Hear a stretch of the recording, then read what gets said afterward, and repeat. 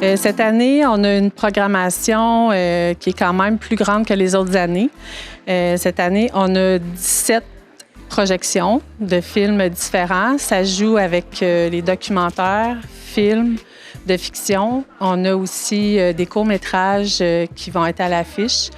On a 3 événements majeurs. Un premier tapis rouge du film Noémie dit oui. On a un deuxième, c'est plus des tapis bleus. Un deuxième tapis bleu avec le film Rêver ma vie de Guillaume Venne. Puis on a un troisième tapis bleu avec le court-métrage Tenir le fort.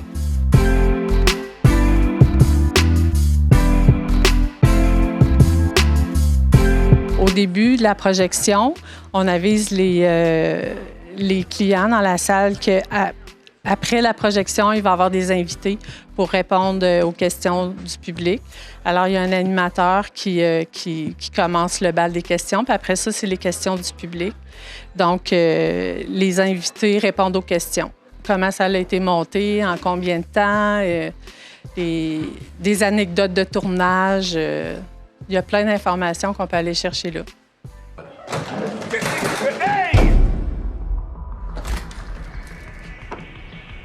Qu'est-ce que tu fais ici? Tout le monde te cherche. Noémie dit oui, ça raconte l'histoire de Noémie, qui a 15 ans, qui décide de fuguer du centre jeunesse où elle reste depuis 3 ans après s'être fait abandonner définitivement par sa mère.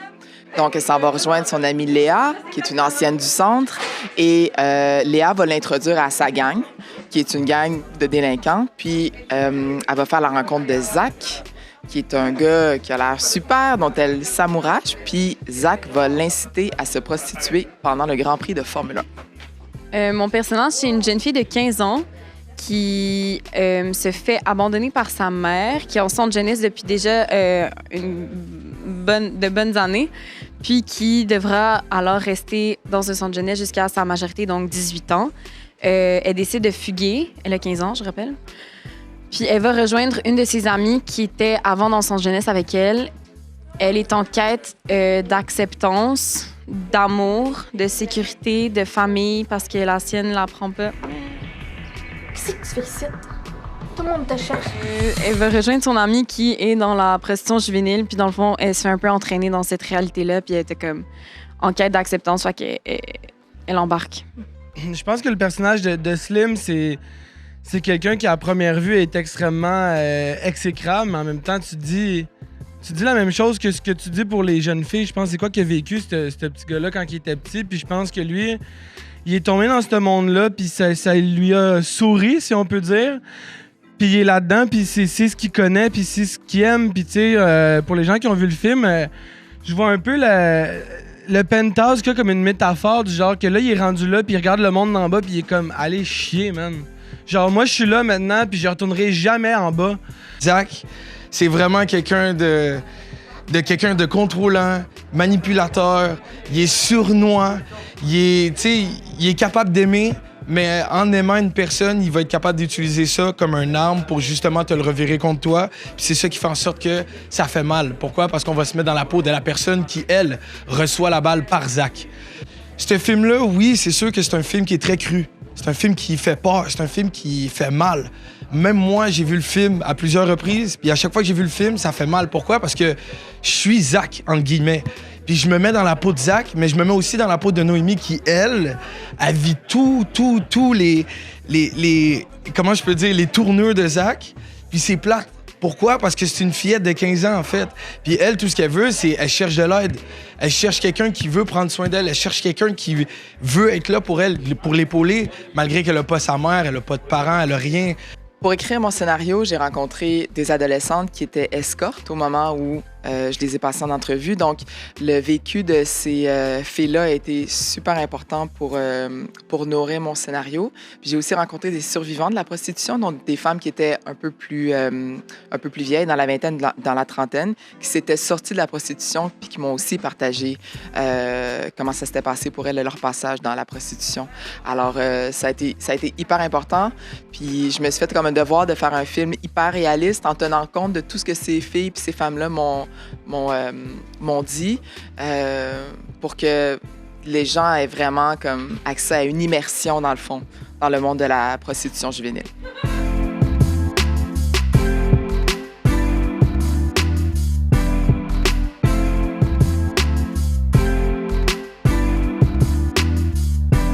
Je pense que le sujet était intense. Puis moi, ce qui m'a le plus perturbée, c'est que ça l'arrivait en fait dans la vraie vie pendant que je faisais ces scènes-là.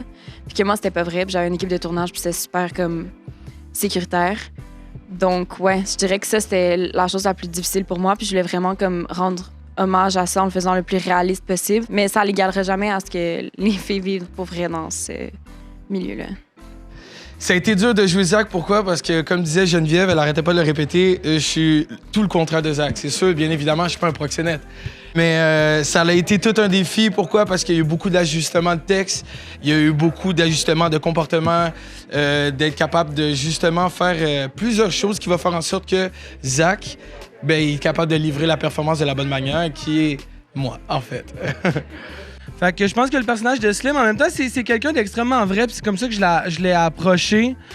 Moi, c'était très clair la direction que j'allais vers ça avec la réalisatrice Geneviève. Je voulais que ce soit quelqu'un qui est oui, mauvais dans certains moments, mais extrêmement jovial, gentil, bon, drôle, accueillant, beau, pas beau. Quelqu'un de normal, tu sais, ça peut être n'importe qui. Fait que moi, je pense que c'est ce qui est beau avec le film, c'est que c'est surtout que c'est vrai. Puis c'est touchant.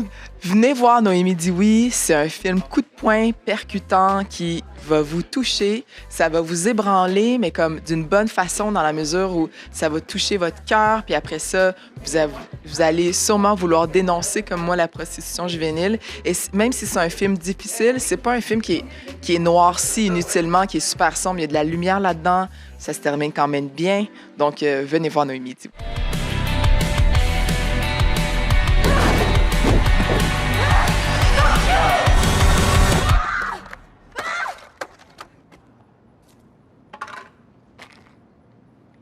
Noémie? Dis-moi, t'es où? Noémie?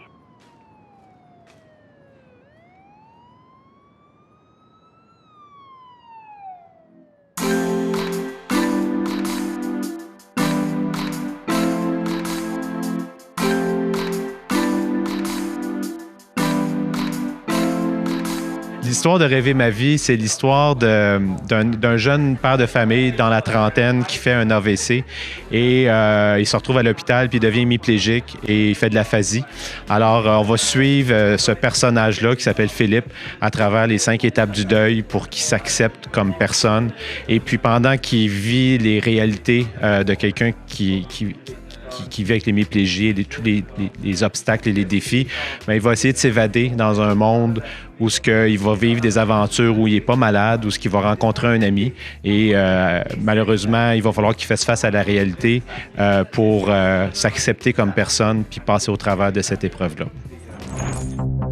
Pouvez-vous me dire ce qui se passe pour vrai? L'AVC que votre mari a fait est sérieux. C'est sûr que l'hémiplégie va diminuer. Ouais, c'est beau. Son état général va s'améliorer, mais ça va prendre du temps. Beaucoup de temps. C'est l'expression de vos visages qui Mon Dieu, Philippe, on rencontre Philippe dans Rêver ma vie à un moment où il fait un AVC. C'est pas un punch parce que ça se passe au début. Et dans le fond, on traverse avec Philippe toutes les étapes du deuil de son ancien lui, de son ancienne vie avant l'AVC. Pour faire face à ce défi-là, il va s'évader dans son imaginaire puis rencontrer un ami d'enfance qui est décédé, qui va l'aider à passer à travers tout ça.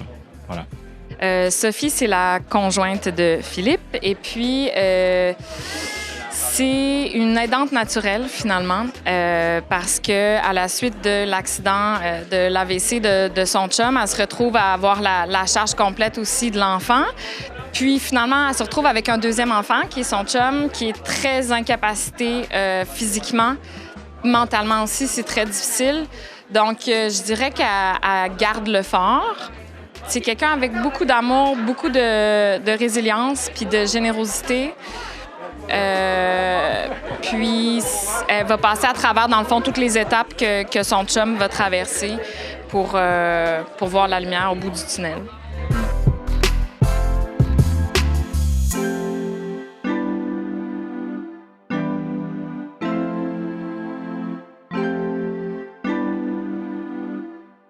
Bonne question. En fait, j'ai écrit ce scénario-là en 2017 et j'avais fait un court-métrage 2 ans plus tôt et j'avais beaucoup aimé l'expérience. Je voulais recommencer puis je voulais aussi prendre de l'expérience avant de faire un long-métrage que je savais que c'était un très gros défi étant donné que c'est un long-métrage qui était autoproduit. J'ai porté beaucoup de chapeaux. Alors, ça m'a donné une certaine expérience supplémentaire puis je voulais quand même retourner dans des festivals puis vivre ça parce que c'est vraiment des belles expériences que j'ai vécues. Alors, puis c'était une manière de raconter le début de l'histoire de ce personnage-là qui est son enfance.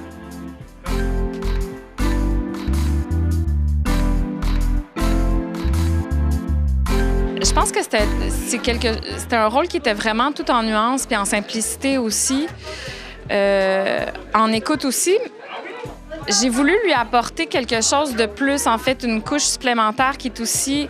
J'essaie de me mettre dans la peau de quelqu'un aussi qui a toute cette pression-là d'aider un amoureux qui est vraiment en difficulté. À un moment donné, il y a ta vie personnelle aussi qui en prend un coup. C'était essayer de lui amener une dimension plus grande d'une quête personnelle, de trouver sa place à travers ça, de garder sa place à travers ça, d'aider, mais pas de se perdre aussi là-dedans. Fait que je dirais que ça, c'était mon défi, ça a été de lui donner une plus grande humanité, disons. En fait, je l'ai abordé par l'aspect physique, mon personnage, parce qu'évidemment, être paralysé, il y a tout le côté droit paralysé. Je l'ai vraiment abordé avec cette physicalité-là. Puis j'avais pas le choix, en fait, parce que tout est construit autour de ça. Les défis que ça amène dans son quotidien. Donc, ça a été vraiment de... Puis moi, j'ai un passé de gymnastique, de danse aussi. Fait que j'ai toujours été un acteur physique, fait que ça n'a pas été un si grand défi que ça. Le défi était plutôt dans le degré dans lequel je devais être à tel moment. C'est pas tourné en ordre, là. On s'était fait un code avec... Guillaume m'avait fait un code, c'est en fait de 1 à 10. Admettons, dans cette scène-là, t'es rendu là dans le film, donc t'es à 6 dans l'évolution de la paralysie et de... Fait que ça a été ça, surtout le défi de trouver, tu sais, c'est quoi qu'est-ce qui se mobilise un petit peu plus à chaque fois ou, tu sais, à quel moment. Fait que ça a été surtout ça, le défi. Puis là, au niveau émotif, j'ai été marqué moi-même par une blessure au dos. Puis comme danseur, j'ai été arrêté complètement pendant 1 an. Fait que j'étais très marqué par cette expérience-là. Puis au niveau émotif, ça n'a pas été... J'ai juste replongé là-dedans. J'ai été très chanceux d'avoir des acteurs aussi talentueux, particulièrement avec Frédéric, qui joue le rôle principal. Tout le film est sur ses épaules. Sa performance donne le ton au film. Alors, j'ai été très chanceux de rencontrer Fred et d'avoir la chance de le voir... de voir mettre son talent à l'écran. Et puis aussi, le fait qu'on était tous à nos premières expériences en tant que long-métrage, on s'est tous un peu supportés dans le processus. Il y avait une très belle camaraderie.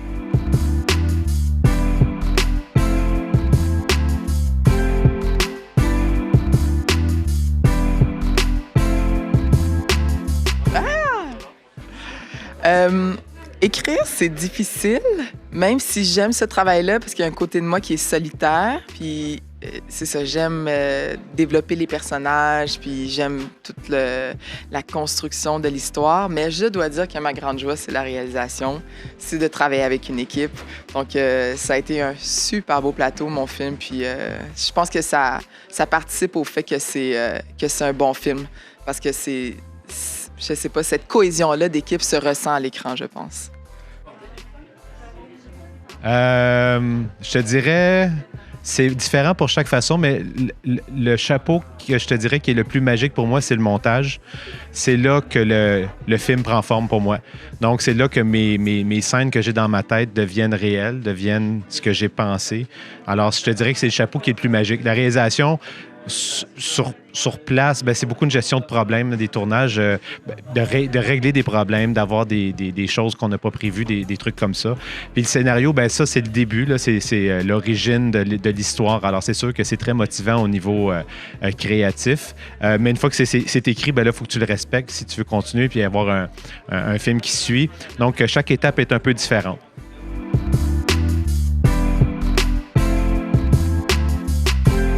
En fait, tous les films qui sont présentés dans le cadre des Rendez-vous Québec Cinéma sont disponibles sur la plateforme des Rendez-vous Québec Cinéma.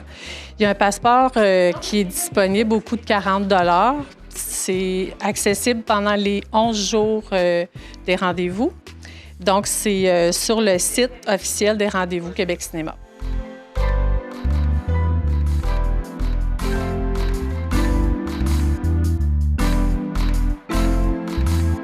C'est important parce que c'est la culture québécoise, les films québécois, on veut les faire profiter à tous les publics, autant ici qu'ailleurs. Évidemment, je ne peux pas me diviser, donc Annie fait un travail exceptionnel pour faire présenter des festivals comme ça, des films québécois. C'est vraiment primordial dans notre entreprise. On essaie de donner une vitrine à tout le monde qui veut produire, que ce soit des courts-métrages, des longs-métrages. Parce que pour moi, de faire venir du monde pour des événements, parce que c'est événementiel, le cinéma, c'est important. Et puis, de partager cette culture-là avec tous les gens qui vont venir.